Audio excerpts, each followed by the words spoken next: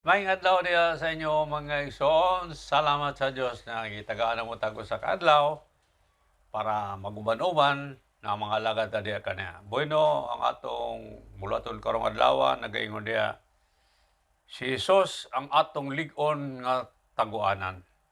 Si Jesus ang atong lig-on nga taguanan.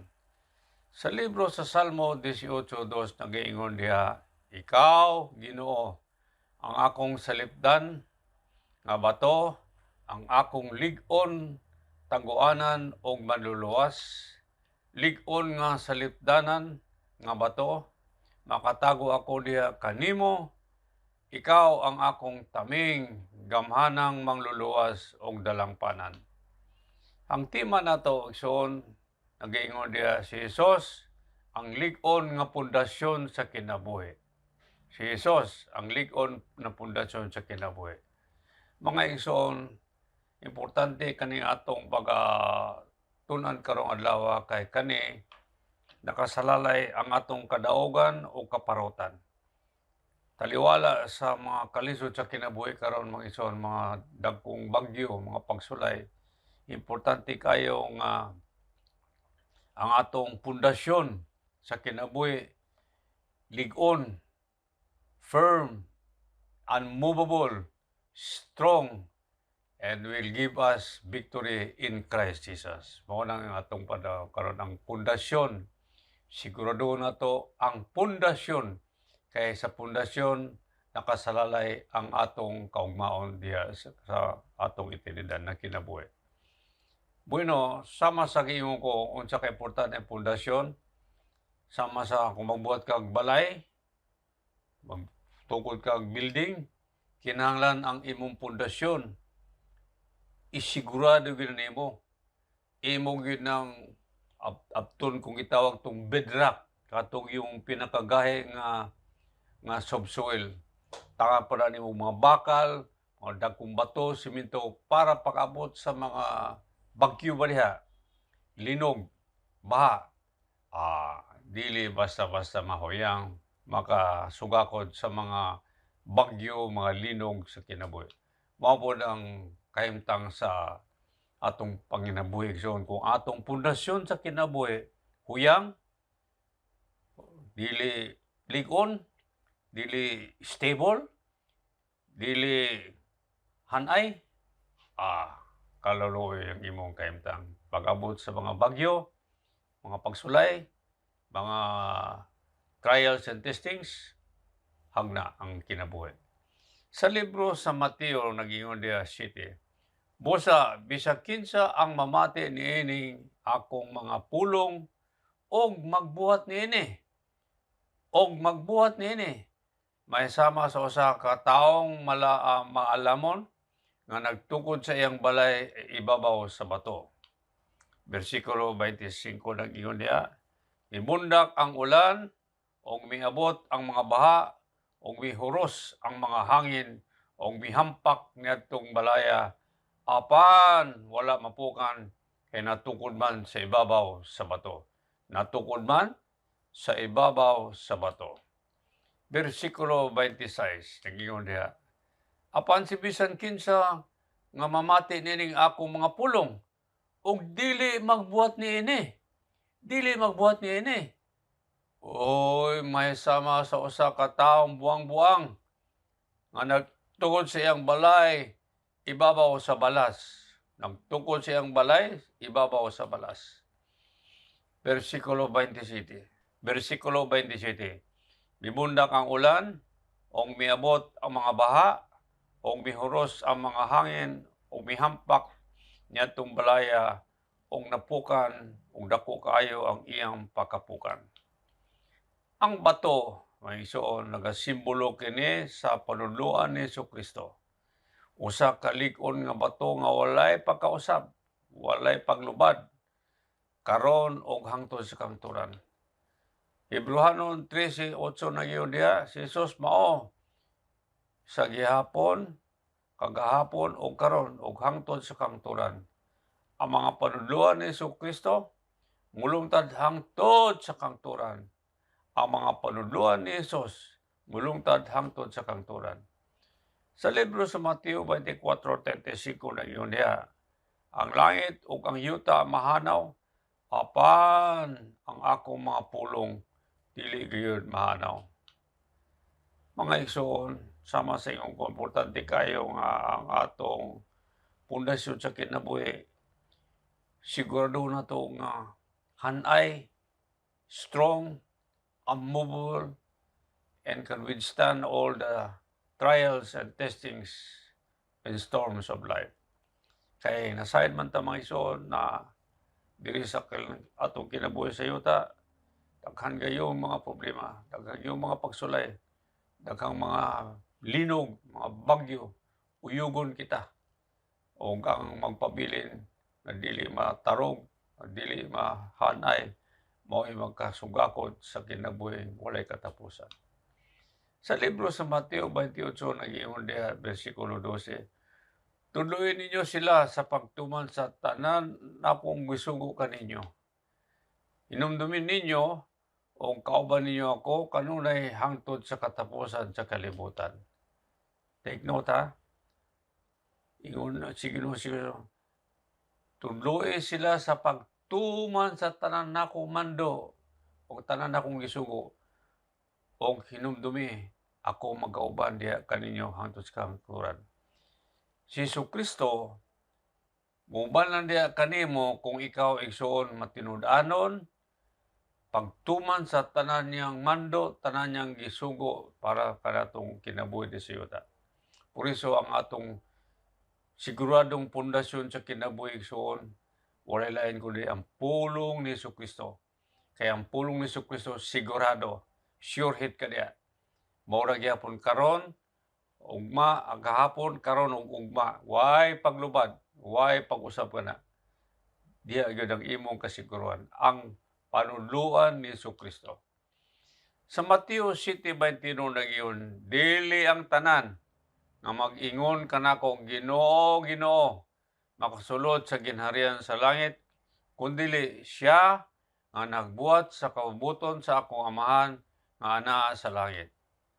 Por iso tanawa igsoon, mao gani na kaning atong ministry diri sa One Ministry, atong yung ginasangyaw ang doktrina sa ginharian sa Dios.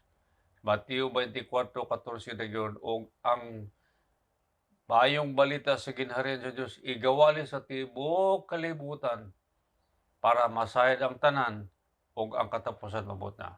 Kaya nga no, ang doktrina sa ginharian sa Diyos, importante kayo mga igsoon. Numero 1, ang doktrina sa ginharian sa Diyos nagatudlo nga naay hari. Number 1, naay hari, si Jesus. Numero 2, dahil siya balaod si Jesucristo ang atong hari na ibalaod, ang mga panudloan niya nga angay tumanon 100%. Ikatulo, kita usa ka ulipon nga gimanduan nga motuman sa iyang mga mando 100%. Ikaupat, dili man duha, diin may duha o tulo magkatigom anaa siya sa atong taliwala. So kaning doktrina sa ginharian sa Dios usa ka panudloan nga nagahata og naay responsibilidad, naay responsibilidad sa pagtuman, to obey sa tanan niyang sugo. Ang atong ministry, One Ministry, ginatudlo gayud ang doktrina sa ginharian sa Dios. Kay sa doktrina sa ginharian sa Dios, naay upat ka elemento, naay hari si Ginoo si Kristo, na siya balaod ang iyang mga pulong nga gimanduan nga tumanon ang iyang mga mando, mga sugo, pulong 100%.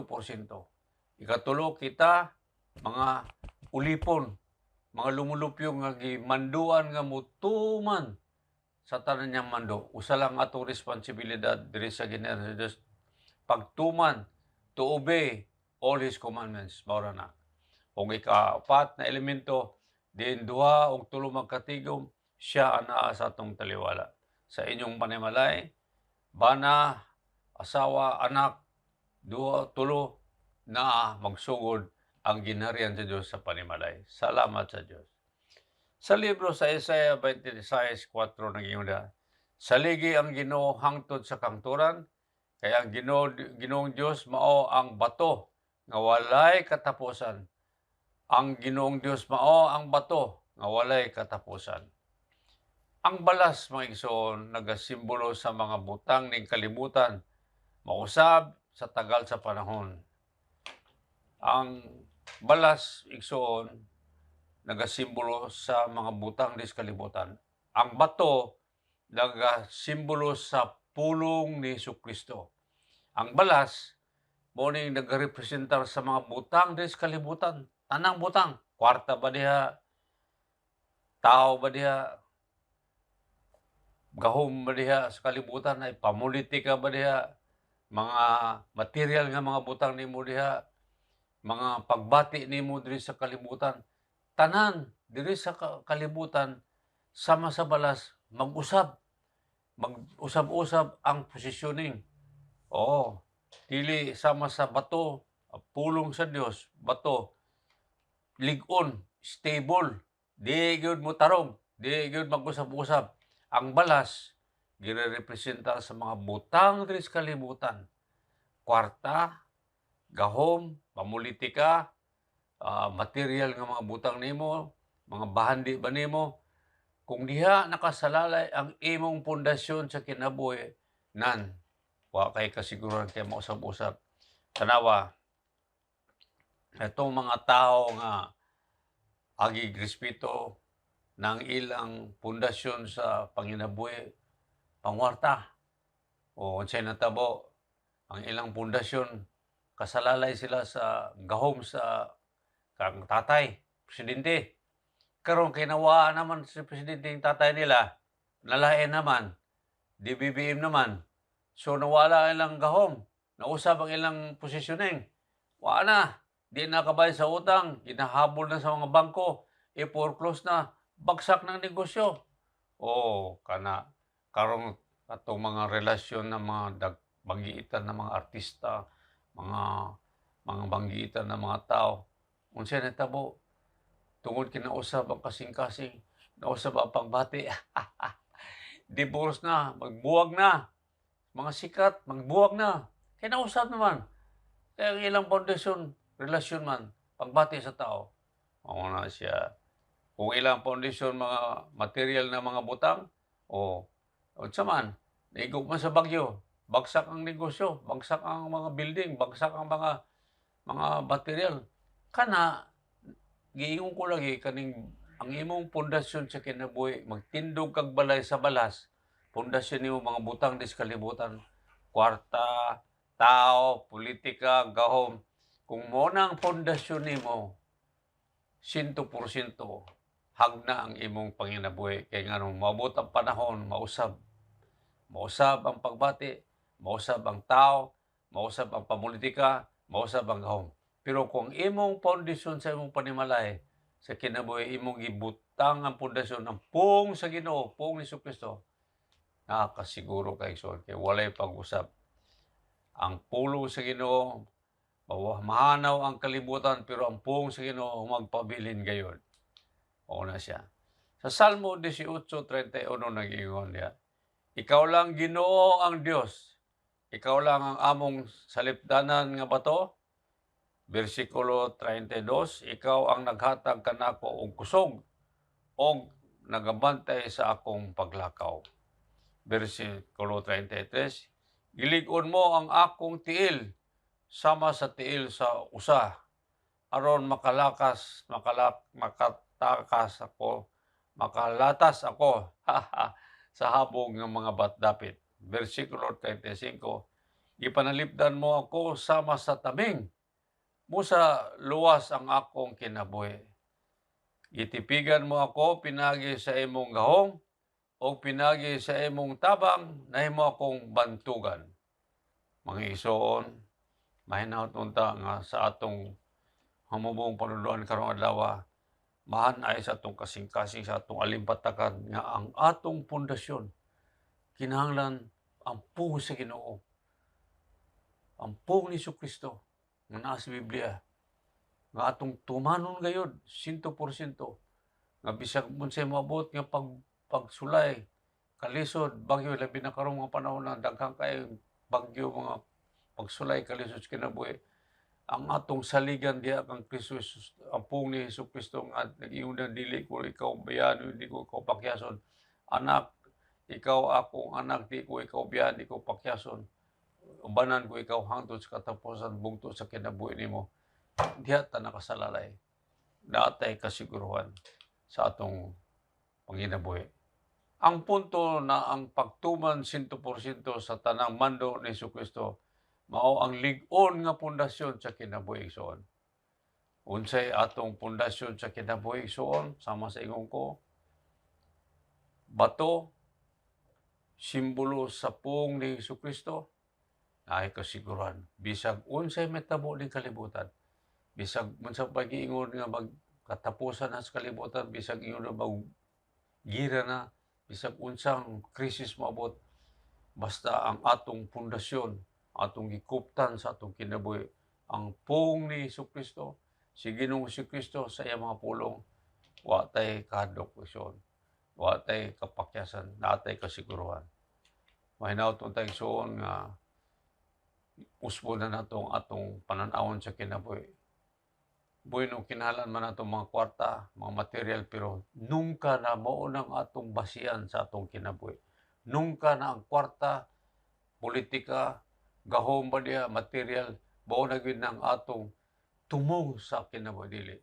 Gamito na to ni nga mahimo tang disenteng pagpanginabuhi, nga makapangalagad ta sa Ginoo sa iyang ginharian, magamit ta sa iyang ginharian nga mapasibaw nato ang doktrina sa ginharian sa Dios.